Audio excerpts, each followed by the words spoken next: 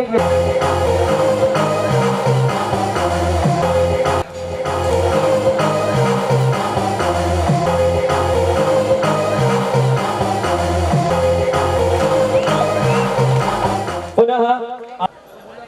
मैं वीरों की शान है पगड़ी, गरिमा की पहचान है पगड़ी, इस रस्म को हम निभाते हैं।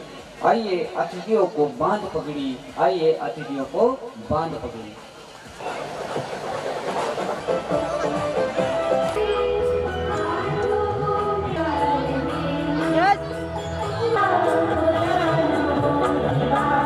सभी आदरणीयों को मेरा पुनः नमस्कार। हमारा सनराइज परिवार, सनराइज एक विद्या का मंदिर है जो कि हमारे डायरेक्टर श्रीमान अमित जी राणे सर की कितनी शक्ति हमें देना दाता, मन का विश्वास कमजोर होना, कितनी शक्ति हमें देना दाता, मन का विश्वास कमजोर होना, कितनी शक्ति हमें देना दाता, मन का विश्वास कमजोर होना, हम चले नेक रास्ते पे हमसे भूल कर भी कोई ना, मन का विश्वास कमजोर होना।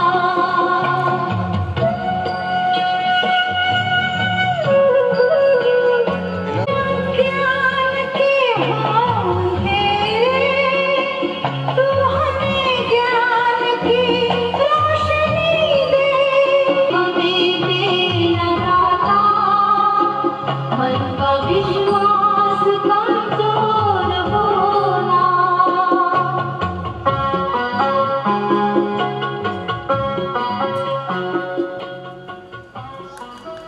मैं हमारे कोचिंग के संचालक माननीय श्रीमान अमित जी राणे सर से निवेदन करूंगा कि वे सर का पुष्प गुच्छ से सम्मान करें।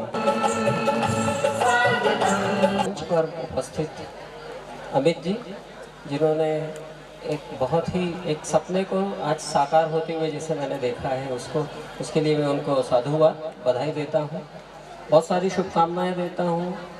मेरे लिए छोटे भाई है, इसलिए बहुत सारा आशीर्वाद भी देता हूँ। जिन मित्रों ने अभी CPAT, PAT, BHU और अन्य उपलब्धियां हासिल की हैं, जिन्होंने अपना सिलेक्शंस लिए हैं, उन सबको बहुत सारी शुभकामनाएं देता हूं। शायद उन्होंने अपने कैरियर का पहला कदम सही उठाया है। अच्छे विश्वविद्यालयों में, अच्छे महाविद्यालयों में प्रवेश के लिए जो आवश्यक था, उस पहली सीढ़ी को उन्होंने पार किया है।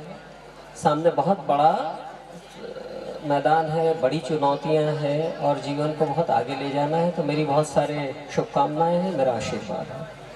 जो मेरे छात्र साथी अभी प्रयासरत हैं किसी न किसी विश्वविद्यालय में दाखिला लेने के लिए, एडमिशन लेने के लिए, मैं उनको बहुत सारी शुभकामनाएं देता हूं और अपेक्षा करता हूं कि वो निश्चित रूप से कल को ऐसा ही साफा पहनकर यहाँ पर खड़े होंगे, वो सब सफल होंगे। बहुत सारे साथी, बहुत सारी बिटिया CPAT को पास करेंगी और भारत के बड़े विश्वविद्यालयों में जाएंगी और इस निमाड़ अंचल का नाम रोशन करेंगी। मैं उनको बहुत सारी शुभकामनाएं देता हूँ, आशीर्वाद देता हूँ। मुझे 2-3 महत्वपूर्ण बिंदु कहने हैं अपने बारे में। आपको जान के आश्चर्य होगा, 1976-77 में मैंने एक्सीडेंटली, उस समय में कोई PAT नहीं होती थी और ज़्यादातर माता पिता ये सोचते थे कि उनका बेटा या तो डॉक्टर बनेगा या इंजीनियर बनेगा, और उन दिनों में इस तरीके के कोई एंट्रेंस नहीं हुआ करते थे। मेरा भी सपना था और मैं भी चाहता था, पर कुछ परिस्थितियाँ थी, तो एक टूटी हुई साइकिल जिससे मैं स्कूल जाया करता था, खोजता खोजता किसी के कहने के कारण मेरे पड़ोस में कोई एक एमएससी एग्रीकल्चर रहा करते थे जिनसे मेरा कोई बहुत ज़्यादा परिचय नहीं था, और उन्होंने मेरे पिताजी को बोल दिया था कि सबसे सस्ती पढ़ाई है और बेटा ग्राम सेवक बन जाएगा, मज़ा करेगा, आप तो इसको वहाँ भेज दो, पैसा नहीं लगता वहाँ पे। आप यकीन नहीं मानेंगे, इंदौर शहर में कोई नहीं जानता था कि कृषि महाविद्यालय कहाँ है। मैं पूछता हुआ कृषि महाविद्यालय गया, दाखिले के लिए अप्लाई किया। निश्चित रूप से मिलना था क्योंकि अच्छे प्रतिशत थे मेरे 11वीं के, पीएमटी नहीं दे सकता था, इसलिए वहाँ दाखिला ले लिया। कृषि पढ़ना नहीं चाहता था, मुझे नहीं मालूम था कि आलू ज़मीन में नीचे लगता है या कपास कैसा लगता है, मैंने कभी खेत नहीं देखे थे। फौजी परिवार से था, फौज समझता था या व्यवसाय समझता था, और 3-4 जनरेशन्स में पीछे किसी ने खेती नहीं की थी, या तो इंजीनियर्स थे मेरे परिवार में या शासकीय अधिकारी थे। पढ़ लिया तो सोचता था कि आगे कुछ करूँगा, एक्सीडेंट फिर से होता है। मैं आपको सभी नए साथियों को सिखाता हूँ कि जीवन में कैसे एक्सीडेंट्स होते हैं। एक और आकस्मिकता हुई, मेरे साथ फिर एक एक्सीडेंट हुआ। मैं कृषि विश्वविद्यालय में पीएचडी करना चाहता था और वहाँ पर शिक्षक बनना चाहता था। पीएचडी कर नहीं सकता था परिस्थितिवश, तो नौकरी करना अनिवार्यता हो गई। तो ऐसे ही एक्सीडेंटली मैंने एक संस्था में अप्लाई किया और मुझे सिलेक्ट कर लिया और मैं नौकरी करने लगा। मेरी पहली पोस्टिंग खरगोन में हुई। जब खरगोन में आया, खरगोन का गांव चप्पा चप्पा देखा, निमाड़ के बारे में ज़्यादा नहीं जानता था, पर अब मैं ये कह सकता हूँ कि 1983-84 में मैं यहाँ पर नौकरी करने आया। और फिर उसके बाद में कई एक्सीडेंट होते रहे जीवन में, एक के बाद एक बहुत सारी नौकरियाँ बदली, बहुत सारे शायद देशों का भ्रमण किया, बहुत सारे विश्वविद्यालयों में पढ़ा, बहुत सारे विश्वविद्यालयों में पढ़ाया। पढ़ाना मेरा स्वप्न था।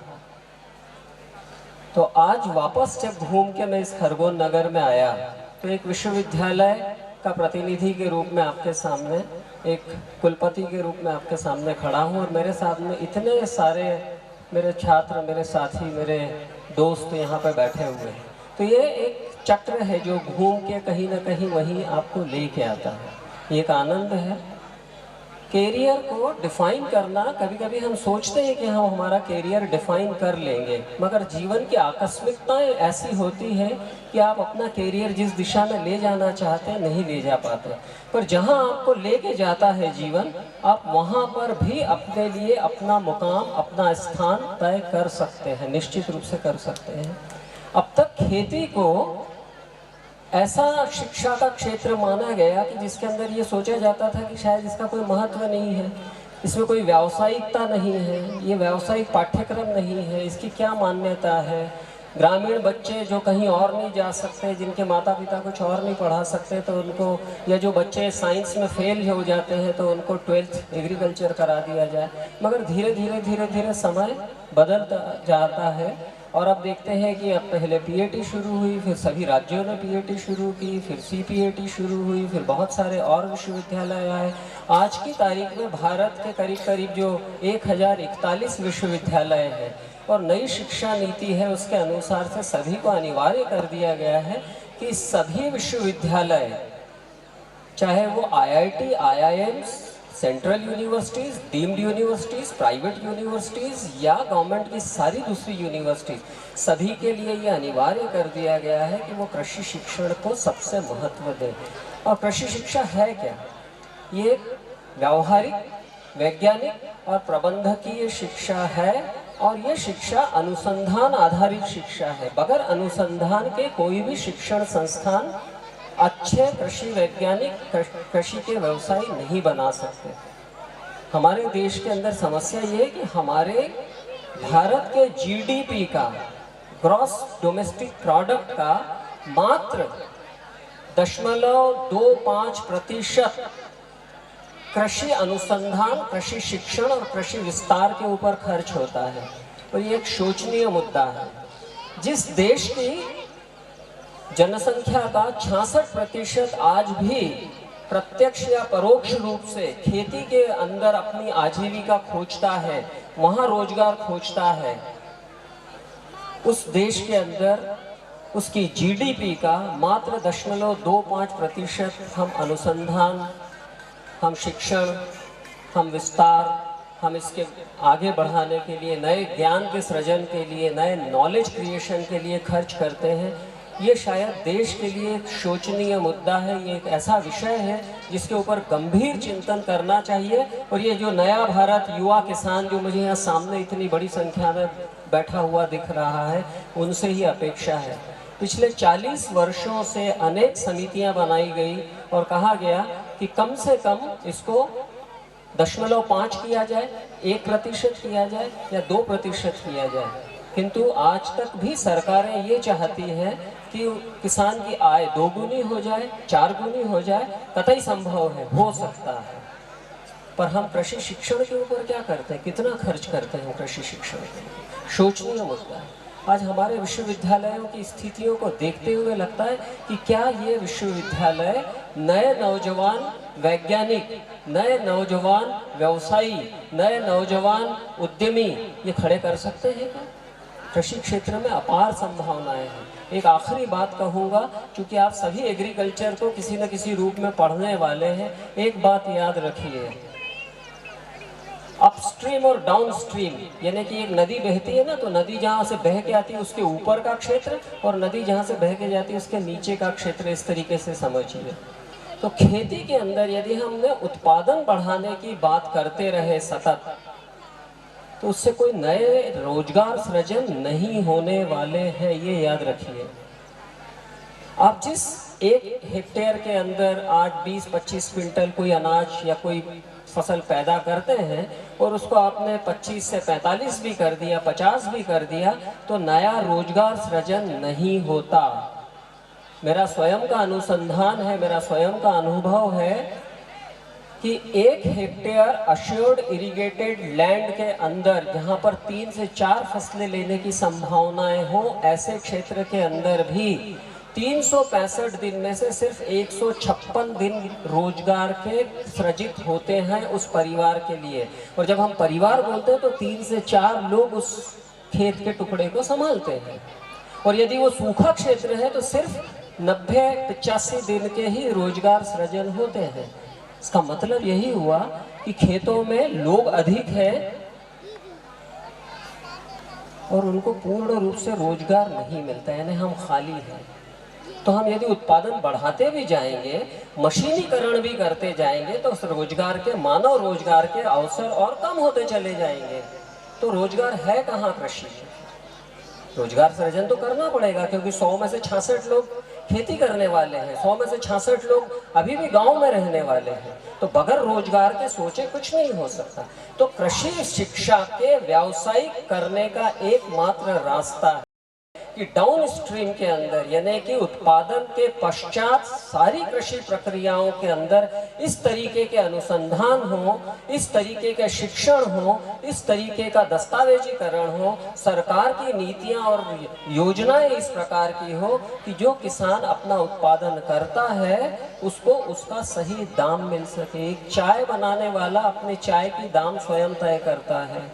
आप सोचिए, जो सवेरे से आता है 100 रुपये जेब में डाल के 50 रुपये का दूध लेता है, 20 रुपये की चीनी लेता है, चाय पत्ती लेता है, थोड़ा सा घासलेट, 2 नन्हे बच्चे, चाय बेचना शुरू करता है। और वो सादी चाय और स्पेशल चाय और कश्मीरी चाय के नाम से 5 रुपया, 7 रुपया, 10 रुपया, 15 रुपया दाम स्वयं तय करता है। एक किसान देखिए, लाखों करोड़ों की जमीनें, बहुत सारा पानी, बहुत सारी मेहनत, ढेर सारा बीज और अनंत जोखिम, रिस्क तो सब उठाता है। 3 महीने, 4 महीने, 5 महीने, 6 महीने किसी फसल के लिए वो परिश्रम करता है और उसकी इज्जत को मंडियों में फिर इस तरीके से उछाला जाता है। उसका कोई और दाम तय करता है, या किसान सरकार के सामने गुहार लगाता है, हाथ जोड़ के खड़ा हो जाता है कि साहब मेरे को तो इतना समर्थन मूल्य दे दो, और उसके पश्चात भी बाजार किसी और के हाथ में है तो वो समर्थन मूल्य से नीचे विक्रय होता है और परिणाम ये होता है कि पैदा मैंने किया और दाम किसी और ने लगाया। और यही कृषि की सबसे मोटी मूल समस्या है और इससे सिर्फ एक ही रास्ता है निपटने का, कृषि शिक्षा को पूर्ण रूप से व्यावसायिक किया जाए। हम क्यों मांग करते हैं कि हमको चिकित्सा शिक्षा के बराबर करें, हम क्यों मांग करते हैं कि हमको इंजीनियरिंग शिक्षा की बराबरी करें? अरे हमारे कृषि शिक्षा की बराबरी किसी किस्म का विज्ञान नहीं कर सकता, क्योंकि वो सिर्फ एक विज्ञान है और कृषि विज्ञान दुनिया के समस्त विज्ञानों का एक कंपोजिट है। इसके अंदर सभी विज्ञानों का समावेशीकरण होता है। अगर आपने एक विज्ञान छोड़ दिया तो आप पूर्ण रूप से कृषि विशेषज्ञ नहीं हो सकते हैं। तो सबसे जटिल शिक्षण है वो कृषि शिक्षण है। पर दुर्भाग्य देखिए कि हमने उस शिक्षण का क्या स्वरूप तैयार किया हुआ है, किस तरीके के विश्वविद्यालय हैं, किस तरीके की सुविधाएं हैं। क्या किसानों को आज भी हम 2 सूचनाएं दे पाते हैं जिनके आधार पर वो अपनी उत्पादन कर सके, जिनके आधार पर वो उसका बाजार में बेच सके? 2 सूचनाएं चाहिए, सिर्फ 2 सूचनाएं उसको निर्णय लेने के लिए। उत्पादन पूर्व से उसको मौसम की सूचनाएं चाहिए जो हम नहीं दे पा रहे हैं। देश विनाशकारी रहा है, तोड़ने वाला रहा है।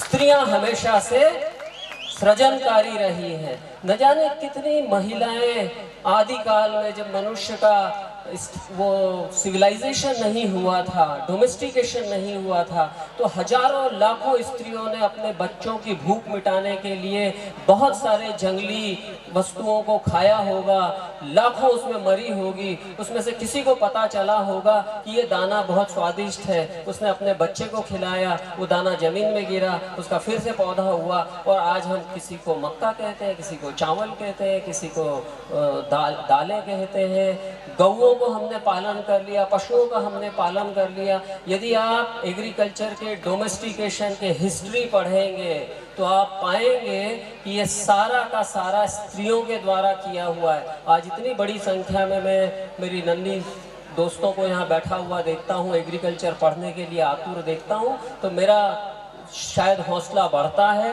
शायद खरगोन जिला इस देश को एक नई दिशा दिखा सकता है कि नारी शक्ति जब खेती के अंदर आ जाएगी। यहाँ पर भी एक उपस्थित है दीदी हमारे बीच में, एग्रीकल्चर साइंटिस्ट। जिस दिन वो आ जाएंगी निश्चित रूप से खेती का स्वरूप बदलने वाला है। ज़्यादातर वैरायटियाँ फेल इसलिए होती है कि घर में महिला बोल देती है कि इसकी रोटी अच्छी नहीं बनती, ये चावल अच्छा नहीं पकता, ये दाल अच्छी नहीं लगती, ये सब्जी सही नहीं पकती।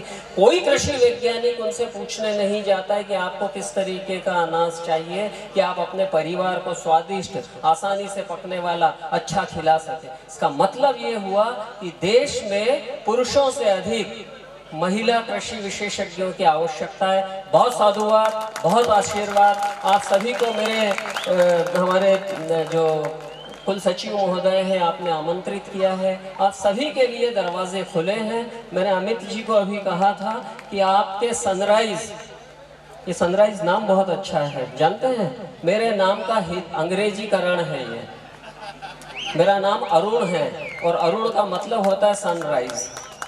मुझे आज बहुत आनंद मिला है। मैं अमित जी को मेरे लिए छोटे भाई सरीके हैं, बहुत सारा आशीर्वाद देता हूं और आप सबको आमंत्रित करता हूं। और डॉक्टर रामन यूनिवर्सिटी जो कि शायद एक अपने आप में अलग किस्म का विश्वविद्यालय होने जा रहा है, होता जा रहा है, आप सबको आमंत्रित करता हूं कि आप आएँ, सहभागिता करें, मिलें, बैठें, ज़िरब अख्तर करें, बातें करें और शायद जो नए रास्ते तय करने हैं एग्रीकल्चर साइंस को, एग्रीकल्चर एजुकेशन को, एग्रीकल्चर रिसर्च को, एग्री बिजनेस को, पूरे देश का क्यों ना हम बदलाव कर दें। यही नया भारत होगा, यही युवा किसान होगा। बहुत बहुत धन्यवाद। माँ भारती को नमस्कार, प्रणाम।